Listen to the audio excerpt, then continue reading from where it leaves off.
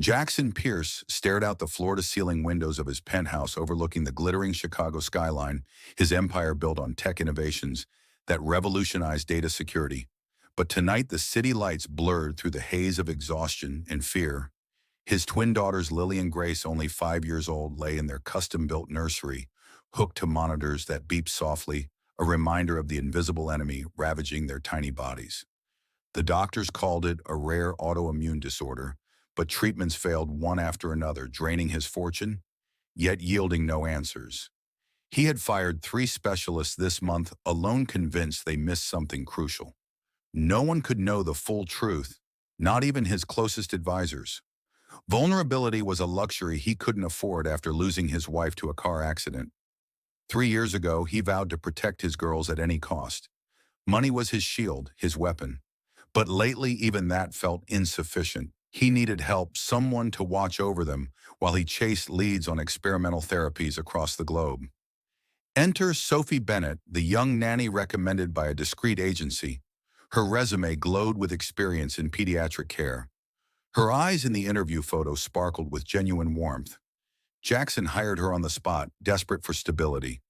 She arrived that rainy afternoon, her auburn hair tied back in a practical ponytail, carrying a duffel bag of books and toys for the girls. "Mr. Pierce," she said, extending a hand, her voice steady and kind. "I'm here to help in any way I can." He nodded curtly. "Show her to the nursery." He instructed his housekeeper, keeping his distance. But as Sophie knelt beside the twins' beds, her touch gentle as she adjusted their blankets. Jackson lingered in the doorway. Watching, she cooed softly, reading a story about brave princesses, her presence a balm in the sterile room. For the first time in months, he felt a flicker of hope, yet suspicion lingered. Who was she really, and what if she uncovered the secrets he buried deep that night? As thunder rumbled outside, Sophie noticed Grace's fever, spiking not the usual pattern. She thought jotting notes in her journal, while Jackson paced his study, poring over medical journals, their worlds colliding in silence, the attraction unspoken but electric. He caught her eye across the hall, a shared glance loaded with unspoken questions.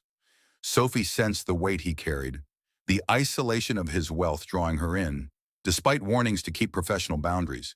But the girl's labored breaths pulled her deeper into the mystery. What if the illness wasn't what it seemed? Tess overlooked environmental factors, or something more sinister? She vowed to dig quietly as Jackson watched her from afar, his heart stirring with a dangerous mix of gratitude and desire. Little knowing, the truth she would unearth could shatter everything he built. Sophie settled into the Pierce household like a quiet storm, her days filled with caring for Lily and Grace, bathing them, feeding them through tubes when weakness struck, playing soft music to soothe their cries. But nights brought revelations in the dim glow of the nursery lamp. She reviewed charts, noticing inconsistencies, fevers peaking after certain meals, rashes appearing post-visits from Jackson's business associates. Coincidence or clue, she wondered, keeping her suspicions private. Jackson, meanwhile, juggled board meetings and clandestine calls to overseas clinics, his chiseled jaw set in determination. Yet Sophie's presence distracted him during a late dinner. Alone in the kitchen, she prepared herbal tea for the girls. He joined her. Unexpectedly, "Can't sleep?" he asked, his voice gravelly from fatigue. "Me neither," she replied, stirring honey into the brew. Their fingers brushed as she handed him a cup, sparks igniting in the air. He opened up slightly about his late wife Emily, how her death left him hollow. "Money can't buy back time," he murmured. Sophie listened, her hazel eyes empathetic, sharing her own loss. A brother to illness in childhood, it bonded them in grief, drawing them closer, but tension simmered. Jackson's world was guarded. Bodyguards at every entrance, non-disclosure agreements for all staff. Sophie signed without hesitation, yet she felt watch cameras in every room one evening. While Jackson was away at a gala, she sneaked into his home office files, scattered on rare diseases, but buried deeper emails hinting at corporate rivals.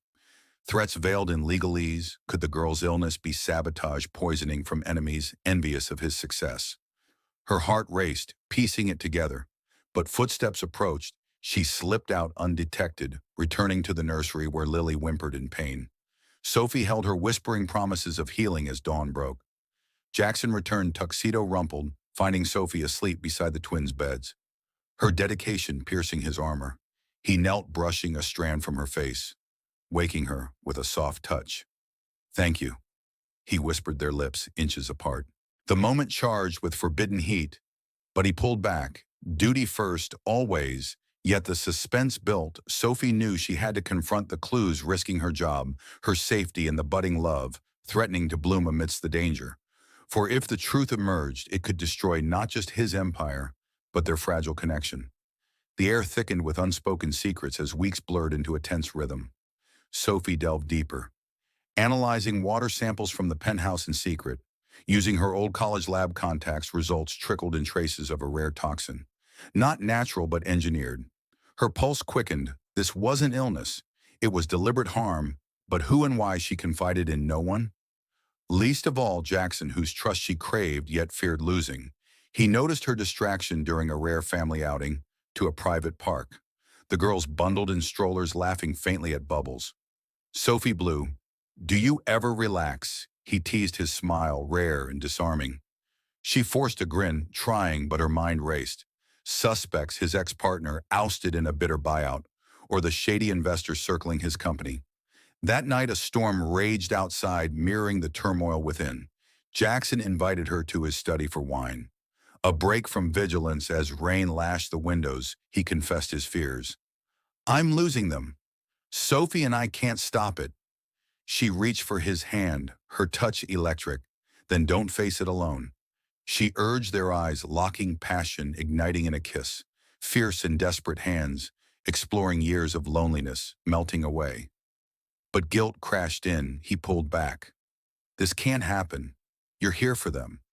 "Not me," she nodded, hurt but understanding. Yet the romance deepened in stolen glances, whispered conversations building suspense like a taut wire. One dawn, Sophie overheard a call. Jackson arguing with a voice on speaker, demands for shares, or else consequences, veiled threats. She confronted him later. "What aren't you telling me?" he snapped, defensive. "It's business, nothing more." But doubt seeded her resolve, tailing him discreetly to a warehouse meeting. Shadows lurked, a figure slipping away. She snapped photos, evidence of collusion. The toxin supplier linked to his rival, her discovery explosive. But danger followed, a brake failure on her drive home. Narrowly avoided crash. Was it warning or accident?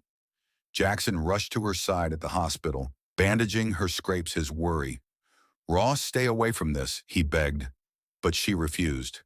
"I care too much for all of you." The admission hung heavy, their embrace turning tender lips, meeting again in heated surrender.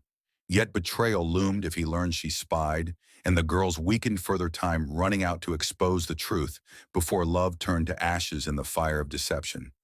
Betrayal hung like a shadow as Sophie pieced the puzzle. The photos revealed Jackson's rival, Victor Hayes, a cutthroat tycoon ousted from Pierce Tech years ago. Motive clear, revenge through the innocents, but evidence pointed closer, an insider administering the toxin. Jackson's trusted housekeeper, Mrs. Ellis. Her bank records, suspicious large deposits from Hayes' shell companies. Sophie's hands trembled, compiling proof, but confrontation risked everything, especially as her feelings for Jackson intensified. During a candlelit dinner he arranged, just us, he said, the girls stable for once under a nurse's watch. He poured wine, his eyes softening. "You've changed everything, Sophie, for the better." She blushed, torn between truth and desire. Their conversation flowed to dreams. Futures intertwined, but suspense coiled. When his phone buzzed, a cryptic text. Girls' worsening rush home, panic surged. They arrived to chaos, Lily convulsing monitors, alarming. Sophie acted fast, administering an antidote she'd secretly procured from contacts, stabilizing her. But Jackson's gaze sharpened. "How did you know?" he demanded. She confessed the investigation. The poisoning, his face paled, fury mixing with hurt. In the aftermath of the Gala chaos, Hayes was arrested, his empire crumbling under federal scrutiny. The toxin source traced, antidotes administered fully. Lily and Grace began recovering color, returning to their cheeks. Laughter echoing in the penthouse once more. Jackson stood by their bedsides, relief washing over him. But scars lingered, Trust fractured by secrets, he turned to Sophie, who waited anxiously in the hall. "We need to talk," he said, his voice steady yet vulnerable. She nodded, fearing the end. Outside on the balcony, city lights twinkling. He took her hands. "You saved them, risked everything for us. But I was blind too, wrapped in my fortune to see the real threats, or the woman who healed my heart." She searched his eyes, forgiveness, their mingling with love, their kiss slow and deep sealing wounds. But drama lingered, a final twist.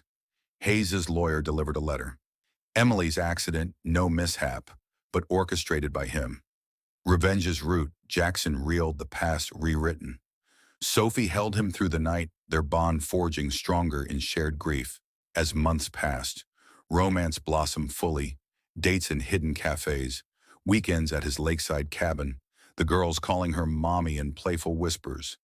Yet suspense returned when a copycat threat emerged. Anonymous notes demanding ransom.